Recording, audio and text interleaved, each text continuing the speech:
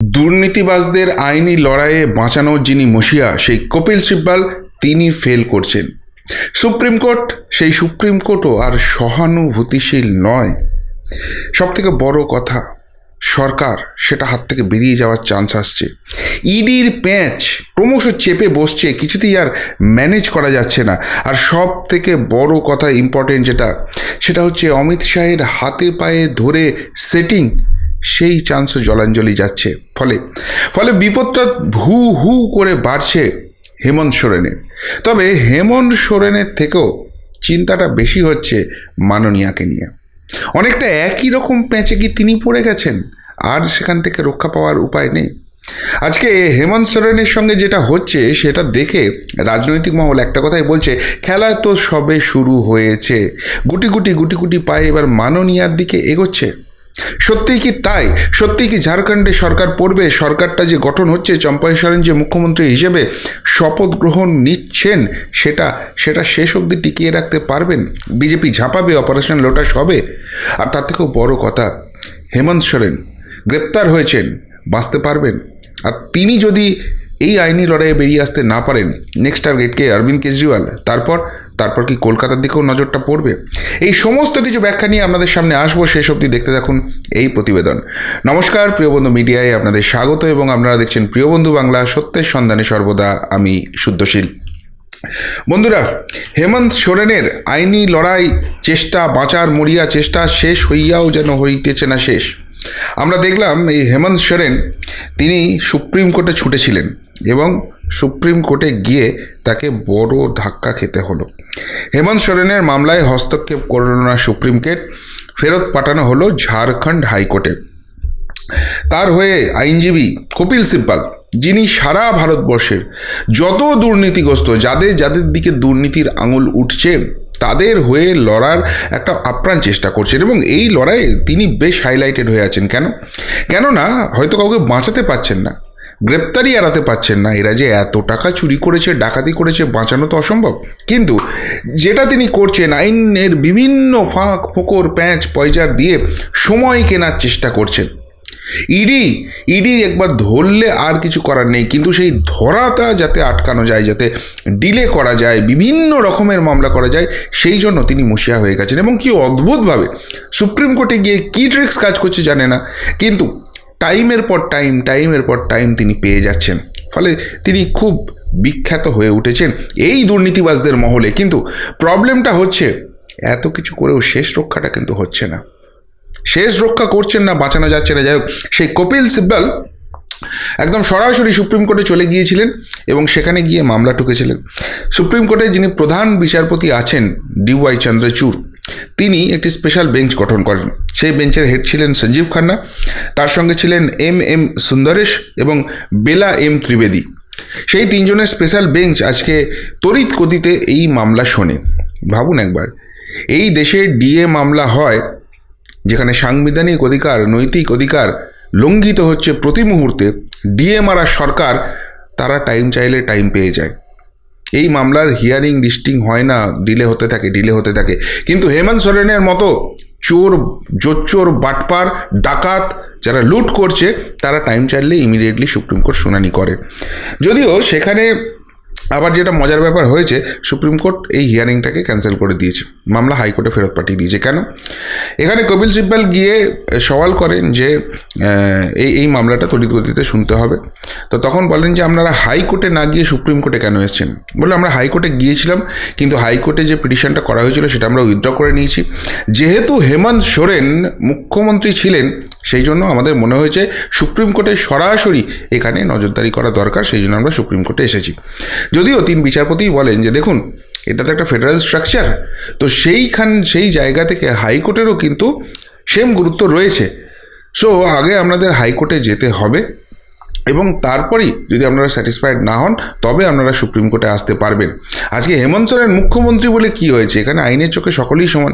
আজকে তাকে special facility দিতে গেলে সবাইকেই আমাকে স্পেশাল ফেসিলিটি দিতে হবে, এক কথায় রিজেক্ট করে দেওয়া হয়েছে এবং সেই মামলা কিন্তু হাইকোর্টে ফেরত পাঠানো হয়েছে। ফলে অস্বস্তি আরও বেড়েছে। কেননা এর আগে যখন ইডি তাকে ডাকাডাকি করছিল, সেই রক্ষা কবচ, আমাকে যাতে ইডি না ছুঁতে পারে, কিছু করতে পারে, রক্ষা কবচ চাই আমার।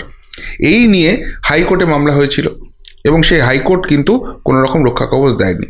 তখন সুপ্রিম কোর্টে চলে গিয়েছিল, একই রকম স্টাইল ছিল এবং সুপ্রিম কোর্ট কিন্তু সেই মামলাটা বলেছে হাইকোর্টে তো রায়দান এখনও আসেনি, আপনি কেন সুপ্রিম কোর্টে এসছেন, হাইকোর্টে ফেরত যান। সুপ্রিম কোর্ট সরেনি এবং হাইকোর্টে আসার পর তার কিন্তু কোনো রক্ষা কবচ আর দেওয়া হয়নি। অনেকটা এই রাজ্যের মতোই একটা চেনা স্ক্রিপ্ট কিন্তু দেখা যাচ্ছে, বাঁচতে গেলেই রক্ষা কবচ, রাজনৈতিক প্রতিহিংসা মুখে হাইকোর্ট সুপ্রিম কোর্টে গিয়ে রক্ষা কবচ পাওয়া যাচ্ছে না এবং তারপর গ্রেপ্তারি। কিসের জন্য রক্ষা কবচ চাইছেন না, তার বিরুদ্ধে 600 কোটি টাকা ঘোটালার চার্জ এনেছে ইডি এবং সেটা তদন্ত করতে চায় না, সেই তদন্ত করতে দেওয়া যাবে না, আর তদন্ত করলেও আমাকে গ্রেপ্তার করা যাবে না। যাই হোক, সেই ঘটনা ঘটেনি, ফলে সুপ্রিম কোর্ট এখন হাইকোর্টে পাঠিয়ে দিয়েছে। হাইকোর্টে কবে শুনানি হবে কোনো কিছু ঠিক নেই। এই অবস্থাতে ইডি কিন্তু তাদের প্রসিডিং করে যাচ্ছে। আজকে থেকে আবারও আদালতে পেশ করা হবে। একদিনের তার হেফাজত হয়েছিল, সেটা আজকে শেষ হচ্ছে, আবারও হবে এবং তারপর তাকে কাস্টাডি নিয়ে কিন্তু জেরা করার প্রসেস হবে। অর্থাৎ আমরা এই বাংলায় যে জিনিসগুলো দেখছি সেই জিনিসগুলোই কিন্তু কার্যত ঝাড়খণ্ডেও রিপিট টেলিকাস্ট হচ্ছে এবং সেখানে যখন ফ্রুটফুল রেজাল্ট আসছে না, বাংলা নিয়ে কিন্তু যারা আমরা দুর্নীতির বিরুদ্ধে লড়ছি তাদের কিন্তু মনের মধ্যে আশা জাগছে।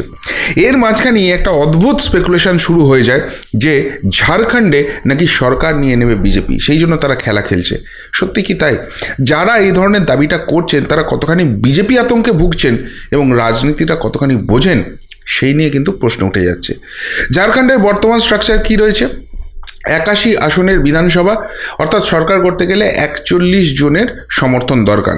সেখানে যে আইএনডিএ জোট আছে তাদের 48 জন রয়েছে সদস্য, যার মধ্যে ঝাড়খণ্ড মুক্তি মোর্চার 29 জন, কংগ্রেসের 17 জন, আরজেডি একজন, সিপিআইএমএল একজন। অন্যদিকে এনডিএর কাছে রয়েছে 32 আসন। সেই 32 আসনের মধ্যে 26টি হচ্ছে বিজেপির জোটসঙ্গী, আজসু পেয়েছে 3টি এবং এনসিপি এপি যেটা তারা একটা, 2 জন নির্দল তাদের সঙ্গে আছে।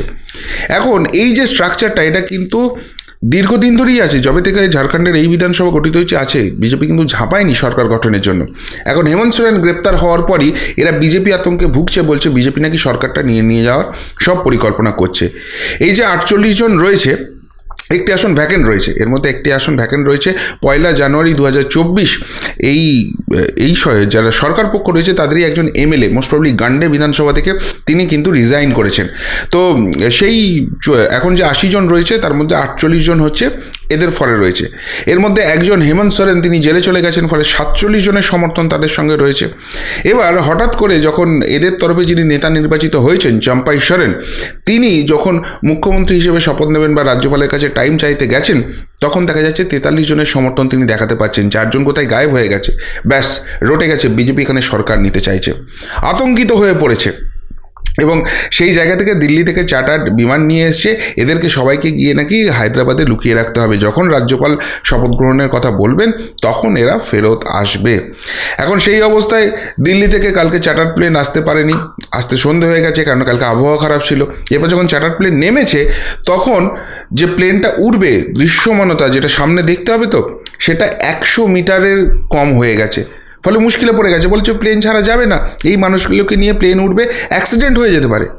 কিন্তু না, রটিয়ে দেওয়া হলো যে ও দিল্লি থেকে ইনস্ট্রাকশন এসে গেছে এবং সেই জন্যই নাকি প্লেনটাকে উঠতে দেওয়া হচ্ছে না, রাত্রে বিধায়ক কেনাবেচা হয়ে যাবে এবং সেই জন্য সরকার আর করতে পারবে না। আসলে নিজেদের মধ্যে কনফিডেন্স না থাকলে এরকমই অবস্থা হয়। এই হেমন্ত সোরেন ডাকাতি করে জেলে যাবে আর তার বউ মুখ্যমন্ত্রী হবে, এটা প্ল্যান ছিল।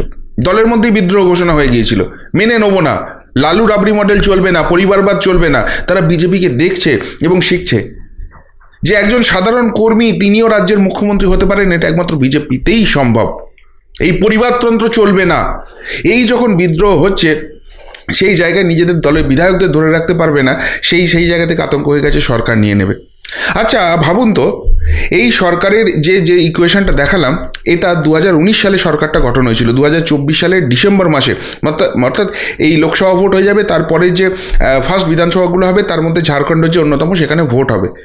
আর এই কটা মাসের জন্য সরকারটা নেবে, যারা 4 বছর 4.5 বছর হয়ে গেল সরকারটাকে নিল না, নেওয়ার চেষ্টা করলো না, তারা এই মাসের জন্য সরকারটাকে নেবে? এটা কখনো হয়? এটা বাস্তব। এখন যদি সরকারটাকে নেয়, বিজেপির গায়ে যে লেভেলটা সেঁটে যাবে সেটা হচ্ছে যে হেমন্ত সোরেন অ্যাকচুয়ালি ডেটল জলে ধোয়া তুলসী পাতা, তাকে কিছুতেই ম্যানেজ করতে পারছিল না, ওই জন্য তাকে জোর করে ইডি দিয়ে জেলে ঢুকিয়ে দিয়েছে আর দিয়ে সরকারটা নিয়ে নিয়েছে। বিজেপির পলিটিক্স এত বোকা বোকা হয়? আর উল্টো দিকে এই হেমন্ত সোরেন যখন রক্ষা কবচ পেল না, 600 কোটি সমস্ত কিছু ফাঁস হয়ে গেছে, ইডি দরজায় করা নাড়ছে, যে কোনো মুহূর্তে তাকে তুলে নিতে পারে, তিনি নিজে বুঝতে পারছেন। কারণ চুরিটা যে করেছেন, ডাকাতি যাতে করেছেন, সেটা তিনি নিজে সব থেকে ভালো জানেন। সেই অবস্থায় শোনা যাচ্ছে তিনি দিল্লিতে গিয়েছিলেন অমিত শাহের হাতে পায়ে ধরতে।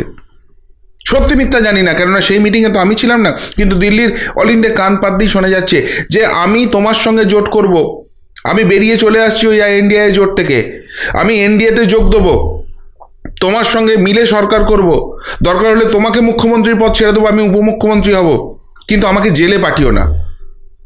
আর এর জবাবে অমিত শাহ নাকি একটা কথাই বলেছিলেন যে প্রধানমন্ত্রী তিনিই যে দৃষ্টিভঙ্গি তৈরি করে দিয়েছেন, করাপশানের সঙ্গে কোনো সমঝোতা নয়, আমরা সেই পথেই চলবো, এইসব কোনো কিছু হবে না, এবং সেই জায়গা থেকে সেটা রিজেক্ট করেন। তাহলে ভাবুন, যদি এই কথা সত্যি হয় যে হেমন্ত সোরেন বাঁচার জন্য, রাজনৈতিকভাবে বাঁচার জন্য গিয়ে অমিত শাহের সঙ্গে জোট করতে চেয়েছিলেন, সেই অবস্থায় বিজেপি সরকারটা করেনি, আর আজকে বিজেপি এখানে এসে সরকারটা নেবে, এই যে দুর্নীতির বিরুদ্ধে সামগ্রিক লড়াইটা চলছে, সেটাতে এইভাবে জল ছিটিয়ে দেবে? এই জায়গাটাই কিন্তু বিরোধীরা তুলে ধরতে চাইছে। এই হেমন্ত সোরেন এত বড় ফেরেববাজ, সে যে গ্রেপ্তার হয়েছে সেটাকে লঘু করে দেওয়ার চেষ্টা চলছে। এত সহজ পুরো জিনিসটা, সত্যিই কি এইভাবে হয়? এই প্রশ্নটা উঠে যেতে শুরু করেছে। তবে যেটা সবথেকে মজার কথা, এত কিছুর পরেও সরকারটা টিকিয়ে রাখতে পারবে কিনা সেইটা নিয়ে প্রশ্ন উঠে যাচ্ছে। কেননা রাজ্যপাল শপথ গ্রহণের জন্য আজকে সময় দিয়েছে, খুব সম্ভবত এখন শপথ গ্রহণ অনুষ্ঠান চলছে, কিন্তু 10টা দিন সময় দিয়েছে ফ্লোর টেস্ট হবে বলে। এখন এই অবস্থাতে কিন্তু ওই যে সরকারটা চলছে ঝাড়খণ্ড মুক্তি মোর্চার নেতৃত্বে, সেটা টুকরো টুকরো হওয়ার সম্ভাবনা হয়েছে। ওই বললাম, হেমন্ত সোরেনের প্ল্যান ছিল আমি জেলে যাব, আমার বউকে দিয়ে বসিয়ে দিয়ে যাবো মুখ্যমন্ত্রীর গদিতে, জেল থেকে আমি সরকারটা চালাবো। দলের মধ্যেই বিদ্রোহ হয়েছে, তার বৌদি বলেছে আমরা এটা মানি না, চম্পাই সোরেনকে তড়িঘড়ি এখানে নেতা বাঁচতে হয়েছে, আবার তারও বিরোধী আছে দলের মধ্যে। ফলে ফ্লোর টেস্টের দিন তাদের দলের সকল বিধায়ক সেখানে যাবে কিনা সন্দেহ আছে। আর সেই জায়গা সেরকম হলে হয়তো রাষ্ট্রপতি শাসন জারি হয়ে যেতে পারে। আর যদি একান্তই অবস্থা খারাপ হয়, তখন হয়তো বিজেপিকে এগিয়ে এসে তখন দায়িত্ব নিতে হবে। কিন্তু সরকার ভাঙার কোনো প্রয়াস করেনি। যারা এটা প্রচার করার চেষ্টা করছেন যে ঝাড়খণ্ডের সরকারটা বিজেপি গঠন করতে পারেনি, ওই জন্য ইডি দিয়ে হেমন্ত সোরেনকে গ্রেপ্তার করিয়ে এখন ভেঙে চুরে সরকারটা নিয়ে নেবে, তারা ভালো করে বুঝুন। 2019 থেকে এই ক্যালকুলেশন ছিল, 2019 থেকে আজকে 2024-এ চলে এসছে। 2024-এর বছরের শেষে গিয়ে ঝাড়খণ্ডে ইলেকশন, তারা এখন এসে সরকার ভাঙার চেষ্টা করবে? হয় এটা যাদের সামান্য রাজনৈতিক বুদ্ধি আছে তারা এটা বুঝবে না, পুরো ব্যাপারটাকে লঘু করার চেষ্টা করছে। এইবার যেটা সবথেকে মজার লাগছে সেটা হচ্ছে যে, যেটা নাম্বার 1 বলে শুরু করলাম, যে কপিল সিব্বাল যিনি এখন দুর্নীতিবাজদের আইনি লড়াইয়ের মসিয়া, তিনি ফেল করছেন, তিনি বাঁচাতে পারছেন না গ্রেপ্তারি। সময় কিনতে কিনতে যে চেষ্টাটা করেছিলেন সেই প্রসেসটাও শেষ, ফলে সর্বোচ্চ আদালত বুঝে গেছে খেলাটা। কপিল সিব্বাল আসা মানে নিশ্চিতভাবে এই লোকটা জেলে যাওয়ার মতো জায়গা আছে, সেই জন্য কপিল সিব্বাল এসছে, এই জায়গা তৈরি হয়ে গেছে। সুপ্রিম কোর্টও ধীরে ধীরে পুরো ব্যাপারটা বুঝছে। এতদিন যে লবিটা কাজ করতো, সেই লবিটাকে আস্তে আস্তে আস্তে আস্তে কিন্তু তারা মুছে যাচ্ছে। তারা বুঝে গেছে যে এই যে দুর্নীতিবাজরা এক্সপোজ হচ্ছে, এদেরকে বাঁচাবার চেষ্টা করা মানে আমরা এক্সপোজ হয়ে যাচ্ছি, আমাদের মুখোশটা খুলে যাচ্ছে, জনগণ ছেড়ে দেবে না। জনগণ নরেন্দ্র মোদীর সঙ্গে আছে, আর নরেন্দ্র মোদী দুর্নীতির বিরুদ্ধে আছে, এটা একদম প্রমাণিত সত্য। ফলে সুপ্রিম কোর্টে গিয়েও আর রেহাই পাওয়া যাবে না। সরকার নিজেরাই মারামারি করছে, কে নেতা হবে সেই নিয়ে হচ্ছে, দলের মধ্যে কারোর কোনো রকম ঐক্যতা ব্যাপারটা নেই। এই আঞ্চলিক দলগুলোর একটাই কথা, সরকারের যারা দলটা তৈরি করেছিলেন তারাই সব খাবে। দলের যারা লড়াকু নেতা, যারা লড়াইটা ময়দানে থেকে করছেন, তারা কিন্তু তাদেরকে চাকর বাকর হয়েই থাকতে হবে। আর এই বিজেপি হচ্ছে একমাত্র দল যেখানে ওই রকম কোনো স্ট্রাকচার নেই। বিজেপির পরবর্তী সর্বভারতীয় সভাপতি জেপি নাড্ডার কেউ হবেন না। কেউ সত্যিকারের নেতা যিনি খেটেছেন, নিজেকে প্রমাণ করেছেন, তিনি সেই পোস্টটায় বসবেন। বিজেপির পরের প্রধানমন্ত্রী নরেন্দ্র মোদীর ছেলে বা নরেন্দ্র মোদী পরিবারের কেউ হবেন না। অমিত শাহ যে হবেন, যোগী আদিত্যনাথও যে হবেন, কেউ জানে না। কে হবেন কেউই জানে না। ভালো কাজ করো, নিজেকে প্রমাণ করো, তুমি কিন্তু সব কিছু পাবে। এই জায়গাটা একমাত্র বিজেপিতে হবে। আর বিজেপির এই রাজনীতি যত স্পষ্ট হচ্ছে, এই আঞ্চলিক দলগুলো তত ভেঙে টুকরো টুকরো হওয়ার মতো জায়গায় আসছে। সব থেকে বড় কথা, ইডি তাদের বিরুদ্ধে আক্রমণ হচ্ছে, তাদেরকে মেলাইন করার চেষ্টা করছে, অনেক কিছু হচ্ছে, কিন্তু ইডির পেঁচ আটকানো যাচ্ছে না। যারা ভাবছে যে ইডি অকর্মণ্য অপদার্থ, ইডি দেখিয়ে দিচ্ছে তারা অকর্মণ্য অপদার্থ নয়। সে যদি রাজ্যের মুখ্যমন্ত্রী হয়, সে যদি অপরাধ করে, যদি তদন্তে সহযোগিতা না করে, ঘাড় ধরে তাকে তুলে নিয়ে যাবে এবং আদালতে গিয়ে যে অকাট্য প্রমাণ দেবে, আদালতে গিয়েও জামিন পাওয়া যাবে না, সেখান থেকেও বেরিয়ে আসা যাবে না। আর সবথেকে বড় কথা, যারা সেটিং তত্ত্বের প্রচারকারী, তারা বুঝে গেছেন এই সেটিং তত্ত্ব দিয়ে কিছু হবে না। অমিত শাহ, নরেন্দ্র মোদী এই দুর্নীতির বিরুদ্ধে লড়ছেন এবং সেই জায়গা থেকে সেটিংবাজদের সঙ্গে কোনো সেটিং নেই, এই জায়গাটা কিন্তু একদম স্পষ্ট করে দিচ্ছেন। ফলে ফলে মুশকিলটা ক্রমশ বাড়ছে। আর এই ঝাড়খণ্ডের যে চিত্রনাট্য, তার সঙ্গে বাংলা চিত্রনাট্যের খুব একটা ডিফারেন্স নেই। ফলে সত্যিই মাননীয়ার জন্য কিন্তু খুব চিন্তা হচ্ছে।